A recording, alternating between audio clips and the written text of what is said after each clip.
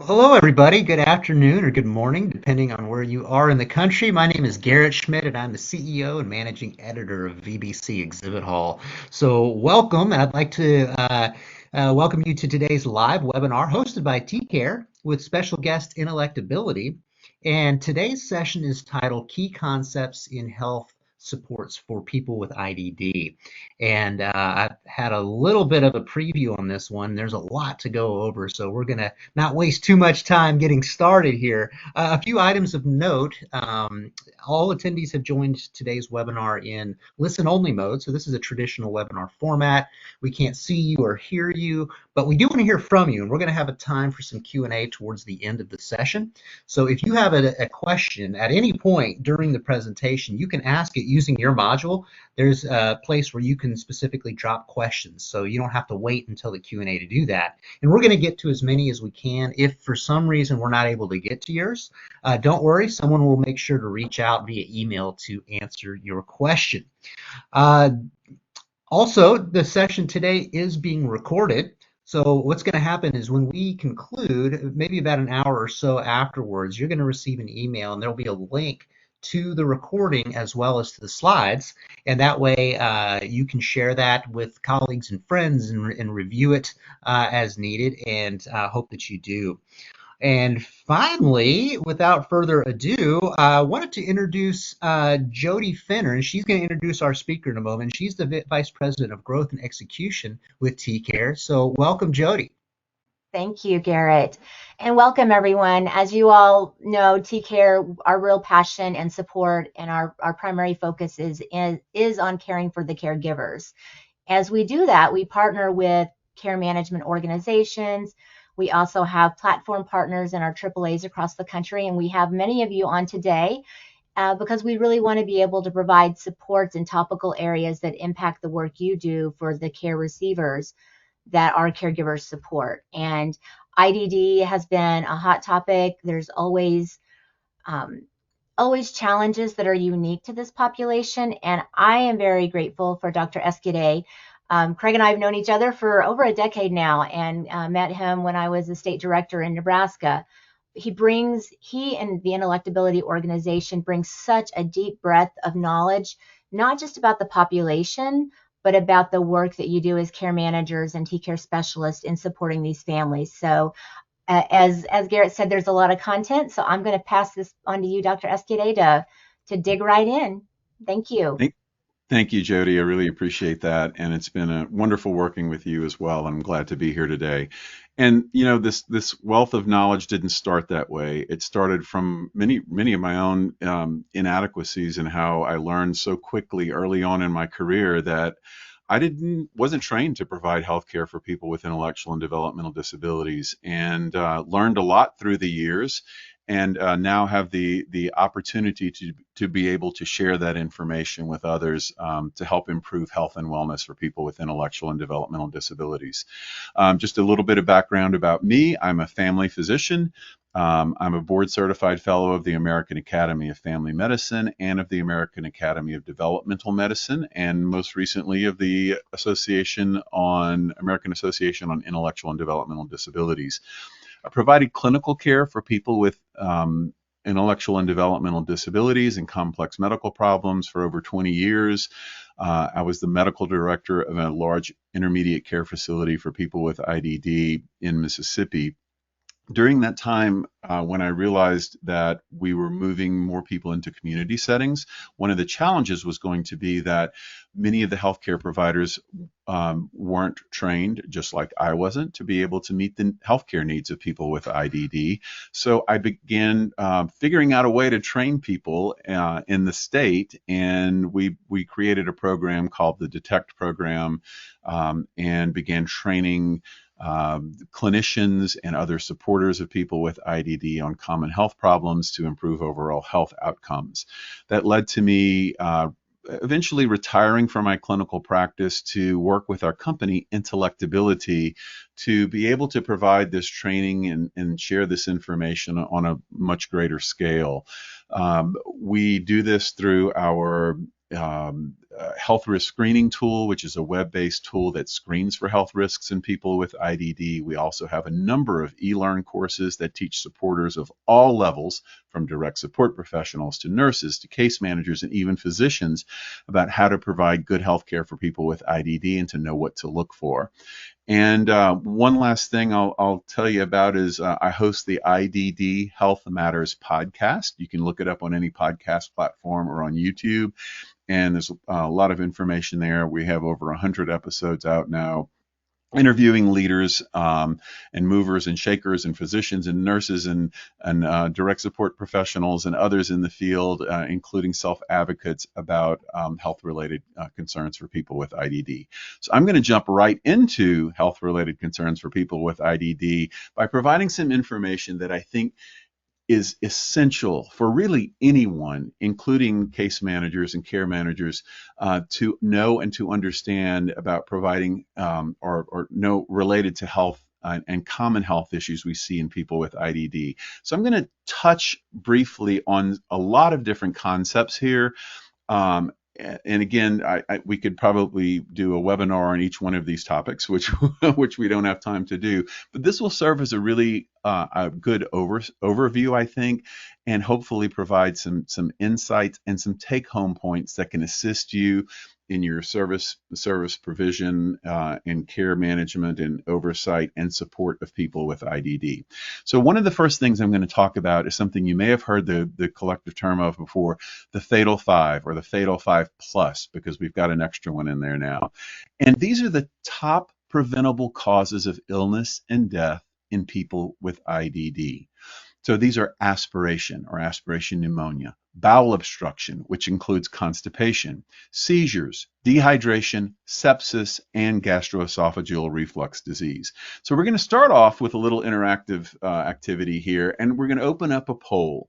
And the question is, approximately what percentage of people with IDD do you think experience swallowing issues? So Garrett, would you open that poll up, please? All right, we got it. You should see it on your screen. And by the way, these are anonymous. So, and we're going to show the results so you can kind of see where you stack among your colleagues. So again, the question is approximately what percentage of people with intellectual and developmental disabilities experience swallowing issues? And I'm going to give it about a minute to maybe not even that long. Okay, it looks like most of the results have come in, so give it maybe 10 more seconds and close it down. 10%, 25%, 50, or 65%. Okay, we're going to close it down in 5, 4, 3, 2, and 1, and I'm going to show the results. All right, Dr. Escudé, can you see the results on your screen? I can, and it looks like about 65% or 55% of you agreed that about 65% of people with IDD experience some sort of swallowing issue. And we know that swallowing issues can be related to aspiration. They're not the only way people aspirate, which we'll talk about more in a second, but certainly having difficulty swallowing it is a precursor to aspiration or increasing the risk of aspiration. So let's move on and talk about aspiration. So what is aspiration? It's breathing food or fluid into the airway. That's a very simple way to think about it. It's things going down the wrong pipe, right? And when it does, it causes problems. We know it is a high cause of death in people with intellectual and developmental disabilities because there are more swallowing problems and some other challenges. It's influenced by a lot of different factors, and individual management and staff training are crucial. Anyone that you're supporting that has a higher risk for aspiration, all support staff should be trained on how to reduce the risks associated with it.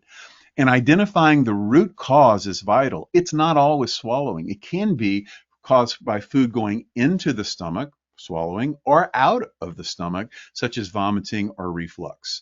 So when I kind of look at aspiration, I categorize it into a couple of big groups. You can have acute aspiration episode where someone aspirates a large quantity of material all at once, and that can result in death immediately. But what we see most often in this field is that People are aspirating small quantities of material. Maybe every time they drink, a little bit goes down the wrong pipe, or every time they swallow, a little bit goes into their lungs. And they develop problems from this. A couple of big ones are pneumonia. So you put something that shouldn't go into the lungs and it starts up an infection and people get pneumonia. So one of the things that you can see with recurrent aspiration are frequent episodes of pneumonia. So if you're looking at a person's record from a care supporter standpoint and you see that they had pneumonia, they were treated, about 2 months later they had it again, and maybe 3 months later again, and a month later again, that should clue you into saying, you know what, has this person been evaluated for aspiration risk? Because this is a pattern that you would see with someone who's aspirating. You might also see wheezing because this material gets into the lungs, it causes a bronchospasm, and it can cause a wheezing sound just like someone who has asthma. So all wheezing doesn't necessarily mean that it's asthma. They could be wheezing because they're recurrently aspirating. So a couple of good things to think about. So what are some of the common signs and symptoms? So if you're a care manager and you get to observe someone while they're eating or drinking, or the supporters should be picking up on these things as well too. That's why training is so important. If you see a person coughing with eating or drinking or taking medicines or swallowing or anything like that, that is a really good indicator that the person might be aspirating. Now, we talk a lot about behaviors and how behaviors are often signs of underlying medical conditions. Well, if a person's refusing to drink liquids and maybe they become angry when they're given thin liquids, or they hit it out of your hand, or they don't want to drink thin liquids, or maybe they don't want to go to the dining table to eat, they don't want to, and they become agitated. Those behaviors could be them trying to tell you that, hey, every time I eat or drink, it goes down the wrong pipe, it doesn't feel good, and I don't know how to express that to you other than becoming agitated. So again, a great connection between behaviors and underlying medical conditions. And these are so many things that supporters, it's so important for them to recognize these connections. And again, if you see recurrent pneumonia or reactive airway disease like asthma, think about aspiration. What causes aspiration? You might laugh at the first one. Constipation. How can constipation cause aspiration? Well, guess what? If you're constipated, things may not go down like they should or move like they should, and it may cause things to back up, meaning it'll reflux back up, or cause vomiting episodes. Many people who are severely constipated can start vomiting, and then you vomit and you aspirate the vomit, and that becomes pneumonia. And you throw on top of that, they're not eating well because they're constipated, and they're not drinking well, so they become dehydrated as well. So you get this triad of dehydration, constipation, and pneumonia, or dehydration, impaction, and pneumonia. DIP. We actually used to use that term when people were admitted to the hospital with this triad because it is so common in this field. Gastroesophageal reflux disease, so reflux, stuff going out of the stomach, and we'll talk more about that later, can increase the risk of aspiration as well. Trouble swallowing, dysphagia, GI dysmotility, meaning things don't move like they're supposed to through the GI tract, so sometimes they move up instead of down. That can increase the risk. And then sedation. So sometimes people are on many medications, which is a whole nother webinar topic. And medications can cause, side effects, all different kinds of side effects, and maybe some of them make you sleepy. And think about it. If you're trying to eat or drink while you're sleepy and groggy, it's not going to go as well as it would as if you're wide awake. And illnesses can increase the risk of aspiration as well too. Now, how do we prevent it? Some simple techniques. There's a lot to it, but some simple things. Positioning is so important. Think about the position of your head and with you trying to swallow. If you've got some water in front of you and you try to swallow and your head is turned to the side and cocked back, and you try to swallow, you're going to be more likely to aspirate. And the first thing you're going to want to do is try to move your head back to the midline. So if a person isn't able to keep their head in a good position for, say, swallowing, we can assist them. So that's just one of the many positioning techniques that you can look at. There are different types of utensils and feeding techniques that can be used. And if we have a feeding evaluation from a team of people, such as a dietitian, an occupational therapist, a nurse, working together to look at how we can reduce the risk of aspiration in a person who's eating, we can help improve outcomes in that area. Sometimes we have to thicken liquids. Sometimes we have to change the food texture or the size as well, among many other things that can be done. The test that you want to think about ordering or having someone order or talking about is a modified barium swallow. That's where we watch a person on X-ray eating and drinking different textures of a material that can be seen on the X-ray, and you can tell right where it's going. And if it's going into the trachea and sticking there, or if it's going into the windpipe, we know that that's a high risk for aspiration, or that is aspiration, and the person might need some other things done. Now, if a person can't swallow safely without aspirating for any texture or anything, then sometimes we have to bypass the swallowing mechanism for the person's safety, and using a tube, such as a feeding tube, a PEG tube goes into the stomach. Percutaneous endogastrostomy tube is what that stands for. A J tube goes into the small bowel past the stomach. And sometimes people reflux their own stomach contents and aspirate that. So we have to use that J tube that bypasses the stomach. And in severe cases, sometimes we use both tubes where we drain stuff out of the stomach because the person can't even handle their own secretions without aspirating them. And it's rare. It's not something we use very often, but I've used it a number of times throughout my clinical career, and it has greatly improved people's quality of life and reduced their risk of aspiration. So again, we could talk about this for 2 hours alone, but we're going to move on to a different topic. And that's bowel obstruction, and that's blocking movement through the gastrointestinal tract, which can happen from a number of reasons. There might be scar tissue. More likely, what you're going to see in this field is constipation or a fecal impaction, but don't forget about foreign bodies as well too. So bowel obstruction, again, is a major cause of illness and hospitalizations and even death in community settings.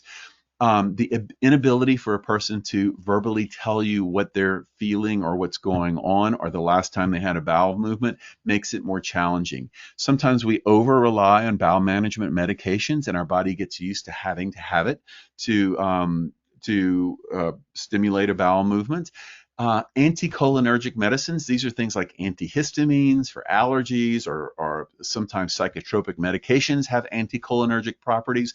These things increase the risk of aspiration as well too. And when we don't recognize the early signs, there are going to be bigger signs and bigger problems that can result in hospitalizations and death. And whenever somebody has had an incidence of a bowel obstruction from any cause, they're more likely to have it again, and staff really need to be aware of this and know what to look for. The gastrointestinal tract is really impacted by everything. It can be medications, it can be stress. We even talk about it. Oh, I've got knots in my stomach. We describe stress as that feeling. Physiology and the way our bodies are shaped and how things function. Position, again, can impact bowel function. And of course, nutrition and hydration and how much fluid we get and what are we eating? Are we getting the right amount of fiber? Now, I jokingly say constipation is a primary cause of just about everything. And that can constipation cause fever? What I'll say is this: I can't tell you how many times I've seen a person develop a low-grade fever, and they've had a complete workup. Nothing else shows up except they're constipated. You relieve that constipation or that fecal impaction, and their temperature goes back to normal. How about anorexia? A person's not eating. Well, you really don't really feel like eating if your stomach's upset, you're full, things aren't moving like they're supposed to. So, and that's a common reason that we're asked to see, medically evaluate someone is because they're not eating. Hey, they're not eating. What's going on? Well, a lot of times it's constipation. How about vomiting? As we talked about before, things back up, you start vomiting, and then that can lead to aspiration and pneumonia, which is also on the list. What about seizures? Okay, someone who's never had a seizure in their life is not going to start having seizures because they're constipated. But in people who have seizure disorders, being constipated can lower that seizure threshold and increase, and you might see an increasing number of seizures. In fact, we often evaluated that first whenever someone who had a known seizure disorder started having more seizures. One of the first things we looked at is, are they constipated? And many times they were. You relieve the constipation, and their seizure pattern goes back to normal. They didn't need an ER visit. They didn't need a neurology consult. They didn't need an increase in their medicines. They just needed to have a bowel movement. How about medication intoxication? That's absorbing too much medicine or having too high of a drug level. Well, if the medicine's sticking around longer because it's not moving through the intestines, you're going to absorb more. Decreased level of consciousness, decreased LOC. Another reason I was always asked to see people is, hey, he's just not acting right. Something's wrong. He's not responding in the way he normally does. Something's different. And constipation was the number one cause of that. I mentioned pneumonia already, and again, tying it back to behaviors and behavioral outbursts and challenging behaviors. Yes.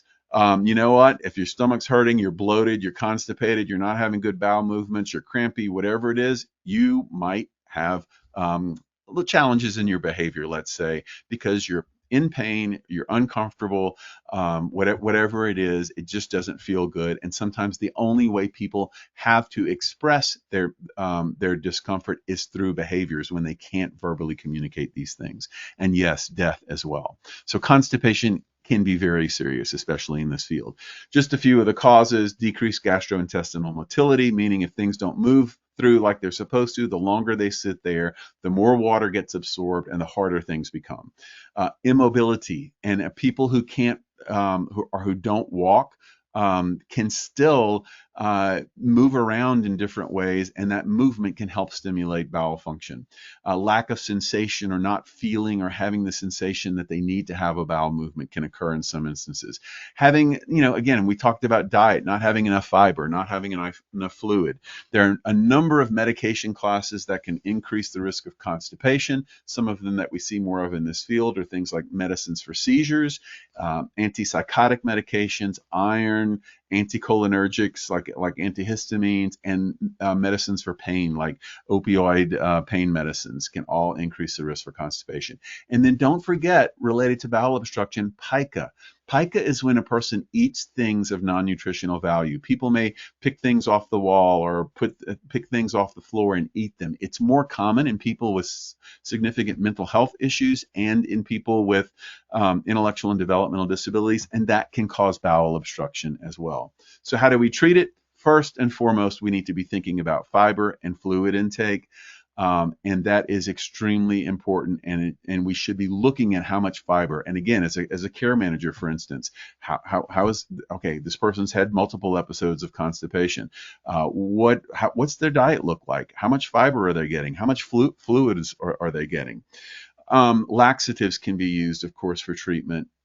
We could talk a lot on that as well too, but we're just going to note that they're there, and many times they are necessary and needed. Sometimes we use suppositories or enemas, and sometimes you have to use manual disimpaction. Okay, so a lot of lunch talk about constipation. Let's go on to seizures and talk about the next one here. What are seizures? They're an alteration in brain functioning and a change in awareness or function for a brief period of time. Just going to touch lightly on this. Again, in people with IDD, they can be the most severe and the most difficult to treat. There are many varying presentations. They don't all look like somebody shaking, falling to the ground, and losing consciousness. It might be a strange movement of a person's arm, or their leg jerking here and there, or a blank stare for a while. Status epilepticus is a serious condition where it's prolonged seizure activity, usually over 20 or 30 minutes, or there's not enough of a time period in between to allow a person to recover, and they're having multiple seizures. It's more common in people with severe seizure disorders, such as those with IDD. And sometimes you see what we call subclinical status, where you don't even see the person shaking, but if you look at their eyes, they're just jerking back and forth really quickly. I cannot stress the importance, and again, as care managers out there and supporters of people with IDD who may have seizures, make sure that supporters are completing an accurate seizure record, and it needs to be detailed, not just, hey, they had a seizure on this day. The time, how long did it last? Was it the typical seizure? What type of symptoms did they have? What were they like after the seizure? Were they given a med? Did they need to go to the ER? All of that information is so impactful when a healthcare provider is looking to see what are these person's seizures like? Was this new medicine we started? Was it effective? And maybe it's not just going to reduce the number of seizures. Maybe a success could be that instead of it lasting 8 minutes, they're now lasting 1 minute. Or instead of them being sleepy and groggy for an hour afterwards, they're only sleepy and groggy for 10 minutes afterwards. That can still show improvement, but if we don't have these things documented, it won't be helpful to the clinician. So please ensure that anybody who has seizures has not only a seizure record, but an accurate and detailed seizure record that they're using. I mentioned status epilepticus. It can cause respiratory suppression, and also another risk of seizures is something called SUDEP, sudden unexplained death in epilepsy. We don't know why, but people who have epilepsy have a higher chance of dying, even not associated with the seizure. They may die in their sleep at night, or have some other cause of death that we really don't completely understand. Is it related to some electrical discharge in the brain that caused a problem in the wrong spot that didn't allow things to function well? Did this electrical discharge affect the heart in some way? We really don't have enough information on that, but it's another good reason to appropriately treat seizures to the best of our capability. Lots of precipitating factors. I mentioned constipation already. Infection can lower a person's seizure threshold. Medication compliance, if a person's not taking their medicines, it's certainly not going to work. Menstrual issues. So we see higher incidences in some people of seizures around their period time. Age, as people get older, seizure disorders tend to get worse.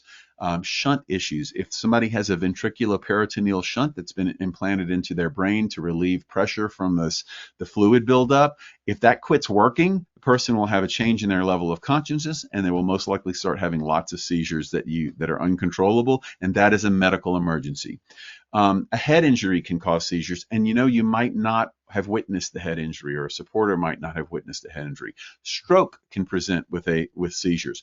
Hypoglycemia, so especially in people with diabetes, did they have a seizure because they have a seizure disorder, or did they have a seizure because their blood sugar dropped so low that they had a seizure? And that can be a sign that a seizure can result from low blood sugar, and maybe the person couldn't communicate those early signs where they're getting a little shaky or a little sweaty or a little jittery, and then the blood sugar continues to drop lower and they end up having a seizure. And then electrolyte imbalances relate to sodium levels, which can be lower in people who have a couple of conditions. One of them we might see is what we call psychogenic polydipsia, which has a higher incidence in people with IDD. And this is where people drink lots and lots and lots of water, and they almost have a little intoxicated effect from that. And that can lower your seizure threshold by lowering your sodium. All right. Couple of things that can happen from seizures. We know that people can aspirate during a seizure. And then what about accidents and falls and head injuries and broken bones and all of these things? Again, more reasons to treat seizures to the best of one's ability. All right, lots of stuff to cover here. Let's talk about dehydration really quick. It's a harmful reduction in the amount of water in a person's body. Now, vomiting can cause dehydration, yes, but sweating can cause dehydration. But one of the things to think about in this field in particular are supporters aware of how much fluid a person is getting, and ensuring that they get the right amount. Maybe the person has a limited ability to communicate that they're thirsty, or they don't have the ability to access fluids on their own. Maybe they drink and they lose a lot of fluids as they swallow, so they're not actually getting the full cup of water, they're getting a half of it. Diabetes can sometimes increase the fluid loss as well too. So all of these things really relate to staff awareness and ensuring that staff are appropriately trained to meet help a person get the fluids that they need. Swallowing problems can cause you to have maybe it takes a long time to get enough fluid, and people aren't taking the time to give that person enough fluid. Drooling can cause excess fluid loss as well. And then if the person has a feeding tube, we need to ensure that their diet order has enough fluid in it. And if they have that combination tube where I was talking about earlier, about a draining peg tube, we need to ensure that a person is getting enough fluid replacement from that as well. All right, Let's move on to sepsis. This is number 5 here. Blood poisoning due to failure of the immune system to respond to an infection, or sometimes it's an over response. Sometimes, like I mentioned, we call it blood poisoning. It can be caused by an overwhelming infection that gets into the bloodstream. When there's a large number of bacterial agents or the toxin that's produced by some of these, a person can become septic. And where does this come from? Where does it get into the bloodstream? Some of the more common areas are a burn or an open wound of some sort.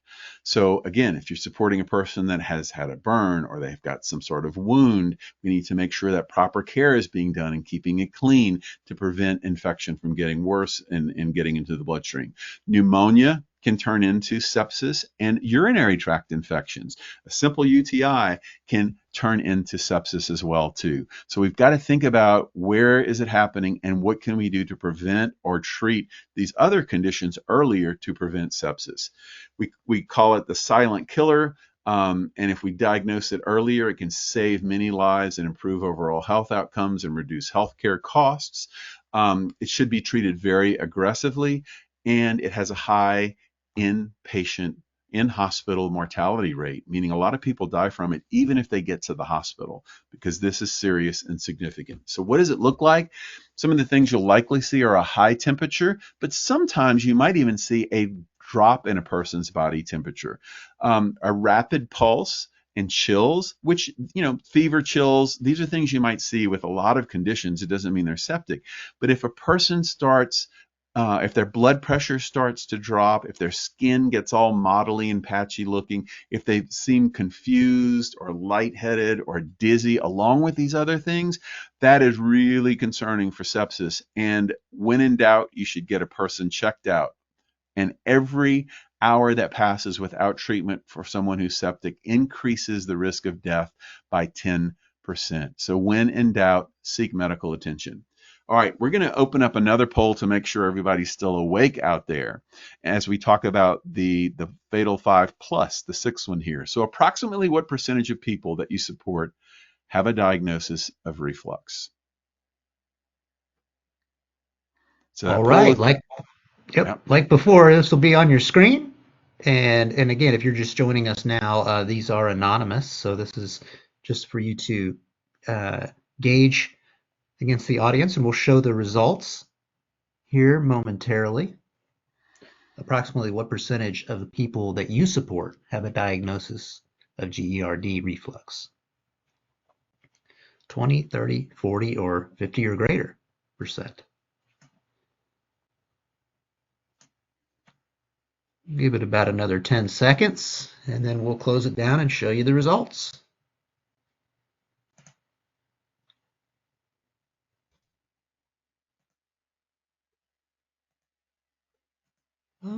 Okay, I think most people have responded at this point, so I'm going to close it down in 5, 4, 3, 2, and 1.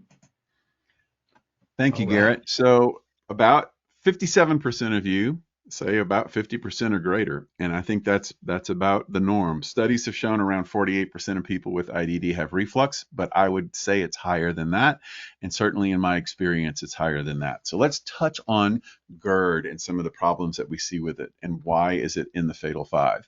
So what is GERD, or gastroesophageal reflux, or gastroesophageal reflux disease, or reflux? You'll hear it called a lot of different things. Heartburn is another one. Backflow of partially digested food or acid or fluid into the esophagus that can cause pain and inflammation. How can it kill you? Yeah, well, you can have so much irritation of the esophagus from chronic inflammation that you can have a massive gastrointestinal bleed and die from that. It increases the risk of esophageal cancer from this chronic irritation by acid. And you can also reflux and aspirate. So those are a few of the more serious complications. But what we most often see is something that's just really uncomfortable and it's painful and it's who wants to live with reflux, especially if you can't tell someone what's going on. So we need to be really aware of this.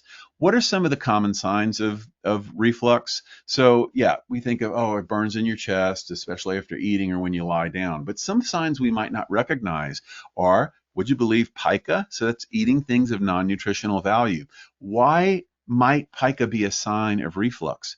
Well, if a person learns that when they swallow or they eat something, it washes that acid back down and it feels better, they may begin to look for any and everything that they can eat. They may also learn, you may have heard of people picking out drywall, which is chalky and has kind of an anti-acid type quality to it, and they begin eating drywall because they're trying to treat themselves. You might see them putting their hands in their mouth repeatedly, stimulating salivation to wash that fluid down, or maybe even trying to stimulate vomiting to get it out. If you see a person's behavior change where they become agitated, especially right after eating, then that could mean that they're refluxing after they're eating and it's uncomfortable and painful. Maybe they learn that every time they eat, they're going to reflux, so they don't want to eat anymore, and they begin refusing meals or become agitated around mealtime or in the middle of the night, because we know that reflux is worse when you lie down. It's like turning a Coke bottle on its side. The stuff goes out of the neck of the Coke bottle a lot easier. So reflux is easier when you're lying down. So how do we diagnose it? There's different ways. You can stick a pH monitor down your nose into your esophagus and let it sit there, but nobody does that anymore, and thank goodness. You can have a barium swallow, but an endoscopy where the gastroenterologist uses a scope to look down at the esophagus and the stomach is typically what's used. But you know what? You don't have to do that. I didn't order that on any person I suspected reflux. A lot of times I would just treat it and give a trial of medications and see if it helped. But we want to be careful not to start somebody in a medicine and leave it on them for the rest of their lives if they don't need it forever. But again, that's a whole other talk. Something else that can be done is what's called a mealtime pulse oximeter study, where you watch a person's oxygen saturation using one of those little finger monitors while they're eating and after they're eating. And that can indicate a drop or you might see a drop in their oxygen saturation level, and what that could indicate is a person's aspirating a little bit. If they're aspirating while they are eating, or I'm sorry, if their O2 sat drops while they're eating, then that could mean that they're aspirating while they swallow. But if it drops, anytime over the next 30 minutes to an hour after they're eating, that's a time where you're more likely to reflux, and that could be a sign that reflux is causing that aspiration. Very simple screening to do. You can download this resource on our website on the resources page. All right, so we talked about the fatal 5+. We talked about aspiration, bowel obstruction, seizures, dehydration, sepsis, and gastroesophageal reflux disease.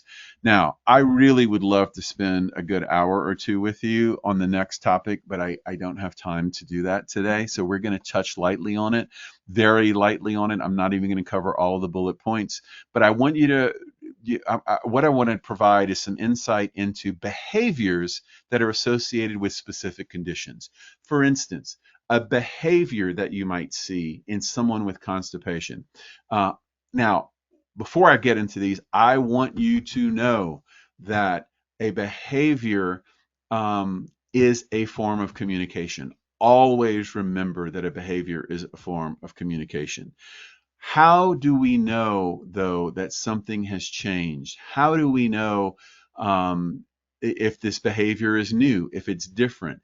In order to know that, we have to know the person's baseline. So I'm going to skip over this for a second and talk a little bit about determining someone's baseline. So I've tried to think about, how do we know what a person's baseline is? And what are the components of that? And I tried to come up with a really good acronym for it, and I just couldn't make it make sense. But these are the components that I think supporters need to know about a person that they're supporting, so that they can know if there's a change in the person's baseline. And not only do the supporters need to know it, they need to be able to communicate a person's baseline to someone who doesn't know them as well, so that they're aware of changes also. When a person goes to the hospital, we need to be able to communicate this information to someone else. So the components include mobility, activities of daily living, nutritional, toileting, social baseline, behavioral baseline, and of course medical conditions and their medical baseline. And you put all of this information, and it tells you who the person is and tells other people who the person is. Because in order to recognize changes, you've got to know a person's baseline. When we look at mobility, we're talking about ambulatory, are they ambulatory or not? Can they walk on their own, or do they need assistance? Or what type of assistance might they need if they need assistance? The frequency of the use of their assistance, or do they need a wheelchair, or do they need a wheelchair just at certain times, maybe only for long distances? That's all valuable and important information to know about someone's baseline.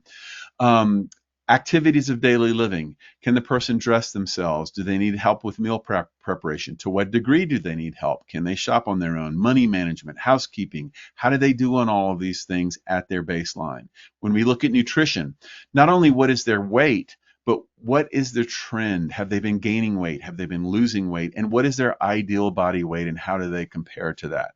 What about their diet? What type of diet are they on? Do they need a texture alteration or a change in their diet? And this is so important to know, because let's say a person is on a normal diet, but they start choking more. Well, that could indicate a problem. But if you don't know that their baseline is that they can normally eat a normal diet, you may not pick up on that. If they need assistance with eating, what type of assistance do they need? If they have a tube feeding, what's the rate? What type of formula are they on?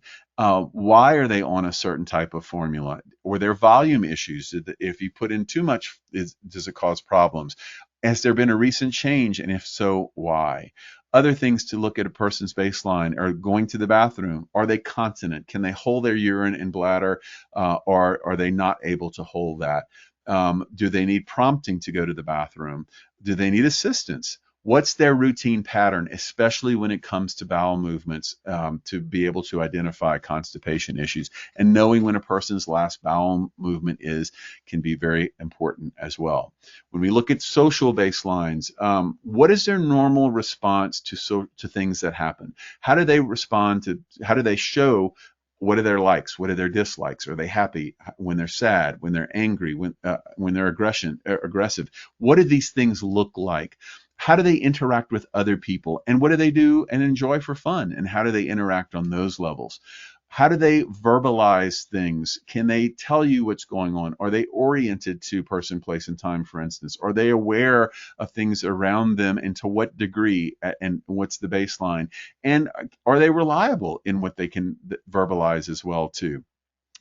When we look at a person's behavioral baseline, do they exhibit aggression in any way towards others, or SIB, which is self-injurious behavior? Do they exhibit aggression to themselves?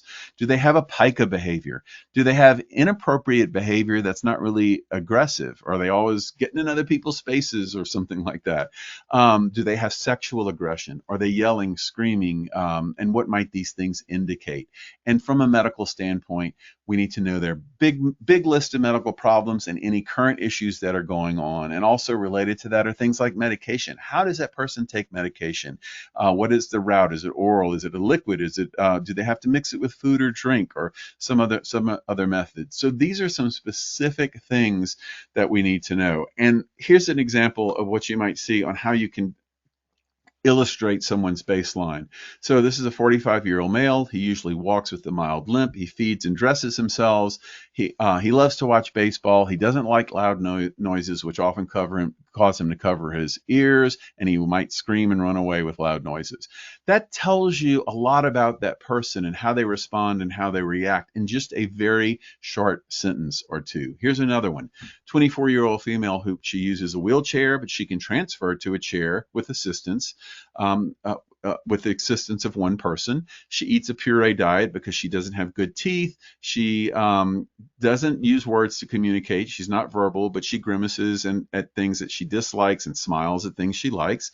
She hits her leg whenever she appears to be angry, or that's how she expresses that she's hurting from anything. So again, that's so much information that you can see that, okay, the person normally can transfer with assistance of one person, but now she needs two people, or she's not doing it as well as she used to. So we have to know this information. So again, it's MANTS, BM, mobility, activities of daily living, nutrition, toileting, social, behavioral, and medical. So in order to identify change, we have to know a person's baseline. It's extremely, extremely important. Okay, in the last few minutes here, I want to touch on behaviors, which is what I was going to get into earlier. Behaviors or adverse behaviors are something that we talk about, that we see in people with IDD. And the one thing I want to say is don't ever think of a behavior as, oh, that's just what people with IDD do. They bang their heads on the walls, they hit themselves, they're aggressive. That's just what they do. Always look for the reason for a behavior, and most of the time there is a reason for the behavior. We know that people consult psychiatrists often for adverse behaviors, and it's a common reason that people are put on psychotropic medicines. In fact, we know that about 2/3 of people with IDD are on psychotropic medicines, but only 1/3 have an actual psychiatric diagnosis. That tells us we're treating a lot of behaviors with psychotropic medicines. Sometimes, maybe that's what needs to be done. But I can tell you from experience and from the literature, it's way overused, and psychotropic medicines are way overused in this field, which causes lots of other problems. Look for reasons. Many times there's an underlying medical condition, and we need to recognize that underlying pain or discomfort or a treatable medical condition many times is a cause for behavior, even if the behavior has been going on for a long time. Sometimes it could be a mental health condition. Sometimes it could just be an environmental or a social condition. The person is in a noisy room and they don't like it, so they quote, act out or have aggressive behaviors when they're in noisy environments. And it's recognizing those clues. Abuse, we know that people with IDD have a higher risk of being abused, and abuse can cause challenging behaviors. If a person can't communicate, maybe they have something in their head that they're trying to express and they can't communicate it, that can increase the risk of frustration and agitated behaviors. Sometimes, though, behaviors are just a normal expression of emotion, because guess what? We all have behaviors at times, and we don't need to be put on medication because we're showing anger or aggression sometimes. But remember, it's not just what people with IDD do. Here's a couple of quick examples, cases. Mary was a 25-year-old female. She began showing resistance going to the dinner table. So she didn't want to eat. She started making a gagging sound when food was presented to her. And at times she would appear agitated, and it was mostly at night, and she'd wake up screaming and crying. So you put all of this together, and it should clue you into something that could be going on medically. Examining her, she didn't really have any acute findings, but you did an x-ray, and she has this big bubble here in the middle of her chest is a large hiatal hernia. She was having severe reflux. So some behaviors that you might see with reflux, including, we talked about some of these already, that hand mouthing, that behavior, the pica behavior, refusing food because they know it's going to hurt, coughing when lying down, or becoming agitated when lying down, or becoming aggressive, particularly around meal times or in the middle of the night. Let's look at another case. Patricia, 49-year-old female. She's ambulatory with a normal gait. She requires assistance with dressing. She feeds herself, but she's always been a picky eater. She has normal bowel and bladder habits. She doesn't use words to communicate. She has occasional aggression, and it's usually exhibited with self-injurious behavior where she bites her arm frequently. She has a profound intellectual disability, but the current problem is that she was having swelling on the right side of her mouth. She was taken to the dentist, had a dental exam. They found an abscess, but noted that she had had lots of abscesses before and had really bad teeth. And a decision was made, not lightly, that her teeth were in such poor condition that removing her teeth was the best option for her. Now, we don't take this thing lightly. We would much rather have good preventive care, but unfortunately, her teeth were beyond the point of repair. And guess what, though? After her teeth removed, her years of self-injurious behavior and aggression and not eating disappeared. And what we realized was that this behavior, most of her self-abusive behavior and aggression and picky eating, was related to the fact that she had been having chronic dental pain and not able to chew well and pain when she ate. And that was the cause of most of her behavior. So very eye-opening case there. So behaviors you might see with dental issues: a person's hitting themselves in the mouth, they're refusing to eat, they're spitting out food, they have physical or verbal aggression around meal times. Things to think about there. One more case real quick. Chris, 28-year-old with a profound intellectual disability. He started having slow progression of being lethargic and not responding well and not being as alert. So that's that quote, hey, he's not acting right. He's not eating. He's becoming agitated and aggressive at times. And then later he started vomiting. And I threw this one in there because we've talked about it a lot. This is Chris's x-ray. You can see at the bottom here, that ball right in his pelvis is a large ball of feces and a lot of stool all up on the right side of the picture, which is actually the left side of his colon. That is indicative of a severe fecal impaction with constipation, and that was his problem. So always think about constipation when you're looking at changes in behavior. All right. We covered a lot of stuff here, and I really want to thank you for allowing me to be here with you. I hope you picked up some tidbits that you can use in your support of people with IDD. And if you want to reach out to me directly, you can reach out to me at craig@replacingrisk.com. And I'm going to turn it back over to Garrett to close this out here and see if there's any questions. All right. Thank you, Craig. This was a fantastic presentation, and obviously there's a lot here that people are absorbing. So thank you for that. We do have some time for some audience questions here. So if you have one that you'd like to ask Dr. Escudé, go ahead and drop that in now. But we'll go ahead and start with this one. What is some common, or let's say one common misconception care managers might have when working with people who have IDD?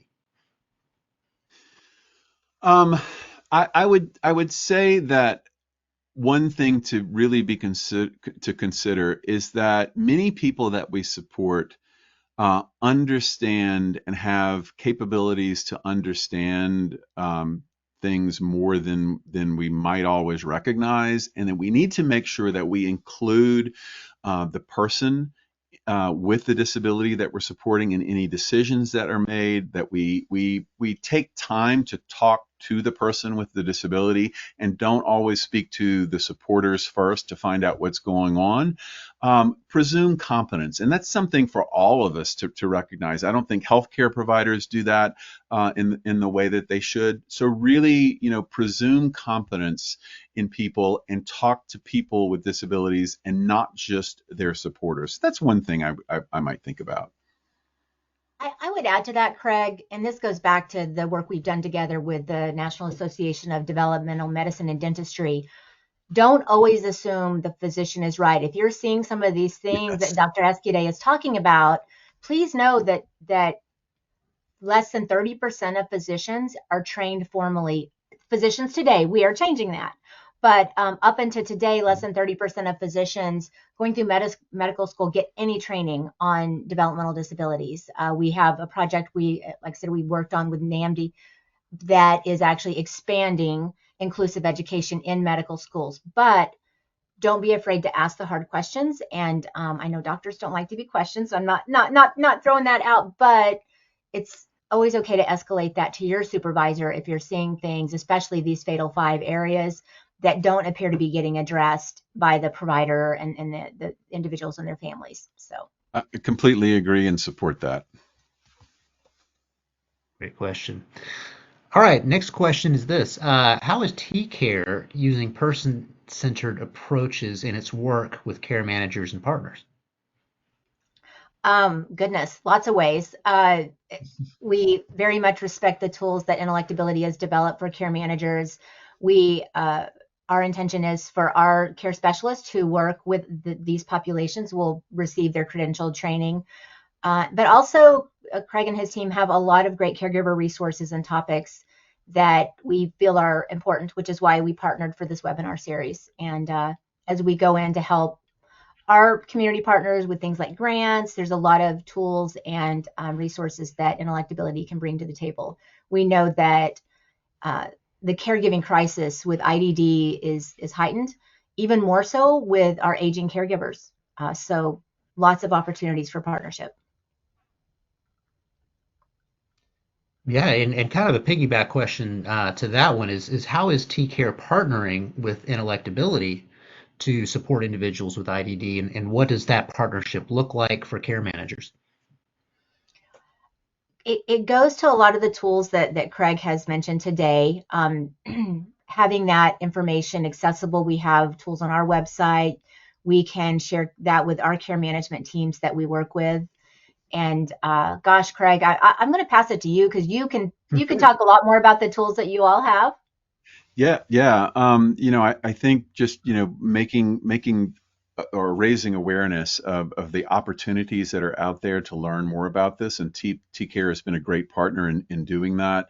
Going back to person-centered thinking training, we have a person-centered thinking training courses that are out there and available, from anywhere from just an introductory course to what it is to full courses where you can get credentialed as a person-centered thinking, leader or a mentor or a trainer. We have numerous courses available on health and wellness and health supports that are geared towards different supporter levels. For instance, there's a course on the Fatal Five specifically for direct support professionals, that's written at the level that will help them to be able to identify these risks and to know what to do and how to act to improve outcomes. We have a course specifically on the Fatal Five for case managers and care managers, as well as nurses, and lots of other courses related to health and wellness. So just a few things that are out there. And I encourage you to look at replacingrisk.com and see some of the other things that we have out there. There's lots of free resources as well. Wonderful. And I understand you have also some tools that are helpful for family caregivers as well. Yes, a lot of the training that we have for care managers or nurses or other supporters are very, very applicable to family members because those family members are doing that support on a day-to-day basis. So there's abilities to take some of these courses individually. Again, there's numerous free resources on the website. One of the books that is available is a book that I authored specifically to help all supporters, not just physicians, but supporters of all levels, to understand some of these key concepts. And it's written in a format that makes it that's accessible for everyone to understand some of these fatal five concepts, to understand about aging in people with IDD, to understand about swallowing issues, and so on and so forth. That book is called the Clinical Pearls, Clinical Pearls in IDD Healthcare. That's available on our website. So that's just a couple of things that are out there for family members or other supporters. Wonderful. Well, unfortunately, we are out of time for today. So, Craig, Jody, thank you so much. This was a fantastic presentation. As we close out, I wanted to encourage you all to head over to vbcexhibithall.com and check out the TCARE virtual exhibit booth that's there. There's going to be a link here in the slides to where you can get there. But you can also get there at vbcexhibithall.com. And this is also where the webinar for today is going to be archived in the resource library there, so you can see that and really dive deeper into TCARE and what they are doing. There's also an upcoming webinar series here that Dr. Escudé is doing, and so you can see the information here in August, October, and November. And so, of course, there's a QR code that you can follow as well. But wanted to thank you all again so much for joining us on a Friday afternoon. If you would like to reach out to the TCARE team, Jodi's information is here as well. Or feel free to reach out to me. I'm happy to facilitate an introduction if that is easier to either Dr. Escudé or to Jodi. So thank you again so much. Have a fantastic weekend, and we'll see you on the next one. Bye-bye. Thank you, everyone. Bye-bye.